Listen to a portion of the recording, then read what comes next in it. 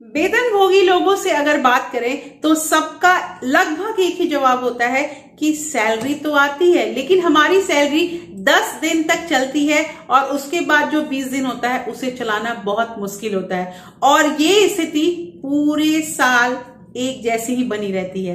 तो दोस्तों, नया साल आ गया है और अब हमें जो हमारे बचत के जो तरीके हैं उसमें भी कुछ बदलाव करने की जरूरत है, ताकि हम ये जो खुशकी से गुजर रहे हैं कि हमारे पैसे खत्म हो जा रहे हैं, इससे हमें निपटना बहुत जरूरी है।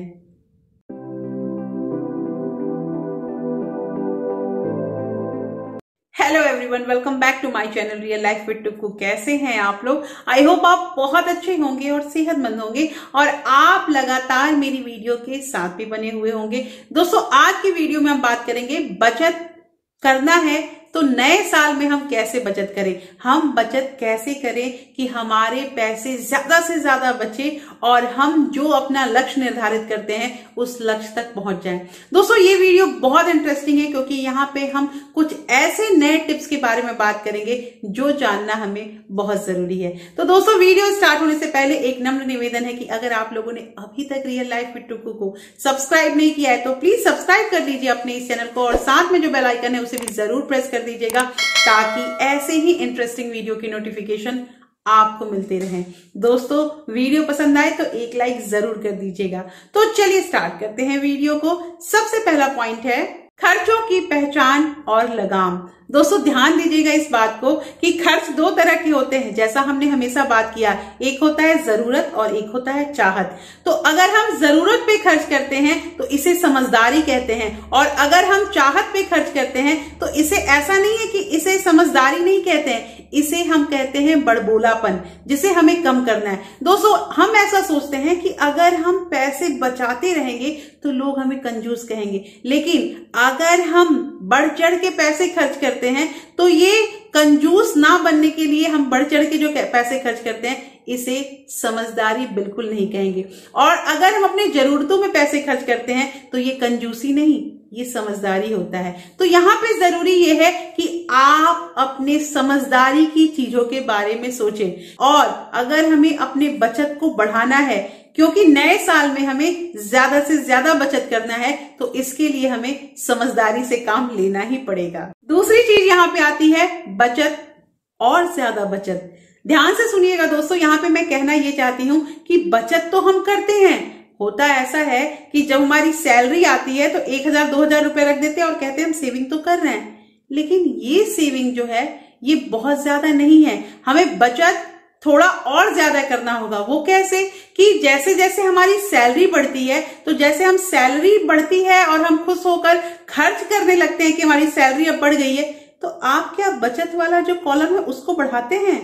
अगर नहीं बढ़ाते हैं तो स्टार्ट कीजिए बचत करना, क्योंकि अब आपकी सैलरी बढ़ रही है तो आपको अपने बचत का कॉलम भी बढ़ाना बहुत जरूरी है और बचत और ज्यादा बचत करना है। तीसरी बात यहाँ पे ये आती है कि बचत की आदत डालें।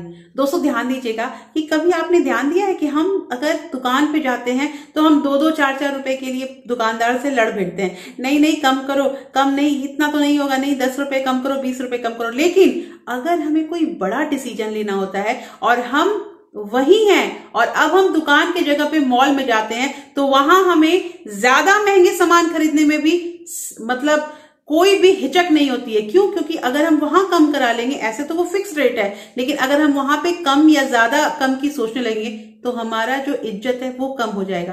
लेकिन ये इज्जत कहाँ दिखाना है? क्या हमें उस दुकानदार से रिश्तेदारी करनी है जो हम अपने इज्जत के बारे में सोचे? हम जैसे हैं हमें वैसे ही बन के रहना होगा। दोस्तों, ये बचत की जो आदत है वो अपने अंदर पड़वानी ही पड़ेगी। नया साल आ गया है तो बचत की आदत डालिए। अब आप ये सोचिएगा कि 10-10, 20-20 रुपए बचा के क्या होगा? नहीं, एक पाई जोड़ के हम बड़ा रकम इकट्ठा कर सकते हैं। आप एक बार अनुसरण तो कीजिए और छोटे छोटे पैसों की कदर तो कीजिए। देखिएगा, आपको यकीन नहीं होगा कि आपके पास कितने पैसे इकट्ठे हो गए हैं। चौथी चीज यहाँ पे ये आती है दोस्तों, इमरजेंसी फंड तैयार करें। देखिए, मैं फिर एक बार यही कहूंगी कि नया साल आया है तो नए ढंग से हमें बचत के तरीके अपनाने ही होंगे। तो इमरजेंसी फंड जो है वो हमारे लिए सबसे इंपॉर्टेंट चीज है। और इमरजेंसी फंड कैसे बनाना है, ये नेक्स्ट वीडियो आप लोग के सामने आ रहा है कि हमें इमरजेंसी फंड के लिए पैसे कैसे इकट्ठे करने हैं। लेकिन उसके साथ मुझे एक चीज और भी कहना है कि अगर आप 6 महीने का इमरजेंसी फंड नहीं जमा कर पाते हैं तो कोशिश कीजिए कि कम से कम 3 महीने का तो इमरजेंसी फंड अपने पास रखिए। दोस्तों, कोई भी दुर्घटना जो है वो बोल के नहीं आती है, कोई भी भीषण स्थिति बता के नहीं आती है कि हम आ रहे हैं और हमारे लिए तैयार हो जाओ। किसी की नौकरी है, कल को वो नौकरी नहीं रहेगी तो वो ये कोई बताता नहीं है कि कल आपकी नौकरी चली जाएगी, लेकिन आपको उस सिचुएशन के लिए तैयार रहना है। तो आपको अपनी बचत में इमरजेंसी फंड जरूर तैयार करना है। और हो सके तो सबसे पहले बचत करने में आप इमरजेंसी फंड को ही तैयार कीजिए, क्योंकि इसकी जरूरत आपको ज्यादा होगी। अब जो ये लास्ट स्टेप है इसको हम कैसे भूल सकते हैं। बचत करना स्टार्ट कर दिया है तो अब निवेश भी करना सीख लीजिए।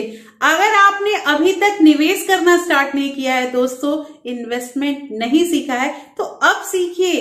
इसमें कोई भी उम्र की समय सीमा नहीं होती है कि आप अगर 30-35 या आप 40 साल के हो गए तो आप निवेश नहीं कर सकते, ऐसा बिल्कुल नहीं है। लेकिन इसमें यह फायदा होता है ना कि अगर कम उम्र में हम निवेश करने लगे तो हमें ज्यादा पैसे मिलेंगे। लेकिन इसमें घबराना नहीं है कि निवेश जो है वो हम अधिक उम्र में नहीं कर सकते हैं। दोस्तों, निवेश के लिए मैंने अलग अलग स्कीम बताई है कि आपको पोस्ट ऑफिस के कौन कौन से स्कीम है जिसका आपको ज्यादा फायदा होगा, आपको एसआईपी कैसे करनी है, आपको कहां अपना पैसा लगाना है ताकि वो दुगुना या 3 गुना होके आपके पास आए। ये काम करना बहुत जरूरी है। लेकिन एक चीज याद रखिएगा, इमरजेंसी फंड अलग है, ये निवेश जो आप कर रहे हैं ये बचत के पैसे को कर रहे हैं। निवेश का अलग कॉलम बना रखा है तो वो अति उत्तम, और नहीं तो आपके जो बचत के पैसे हैं उसे काम पे लगाइए, निवेश करना शुरू कीजिए। तो दोस्तों, यहाँ पे हमने बात की कि बचत करने के जो नए तरीके हैं जिससे हम नए साल में ज्यादा से ज्यादा पैसों का बचत कर पाए और हम कंजूस नहीं समझदार कहां है। तो कैसी लगी आज की वीडियो मुझे जरूर बताइएगा। होपफुली ये वीडियो आपको अच्छी लगी होगी और इस नए साल में हमने बचत के नए तरीकों के बारे में सीखा है कि हमें अपने पैसे को कैसे ज्यादा बचाना है, कैसे ज्यादा कमाना है और कैसे हमें समझदार बन के सामने आना है। तो दोस्तों, ये वीडियो अगर पसंद आई होगी तो आप अपने फ्रेंड्स और फैमिली के साथ इस वीडियो को शेयर भी कर सकते हैं, आप इस वीडियो को लाइक भी कर सकते हैं। और दोस्तों, आप मुझे इंस्टाग्राम और टेलीग्राम में अभी तक ज्वाइन नहीं किए तो ज्वाइन भी कर सकते हैं। फिर मैं मिलती हूँ आपसे ऐसे ही एक इंटरेस्टिंग वीडियो के साथ। तब तक के लिए अपना प्यार और सपोर्ट ऐसे ही बनाए रखिएगा। Thank you, thanks for watching.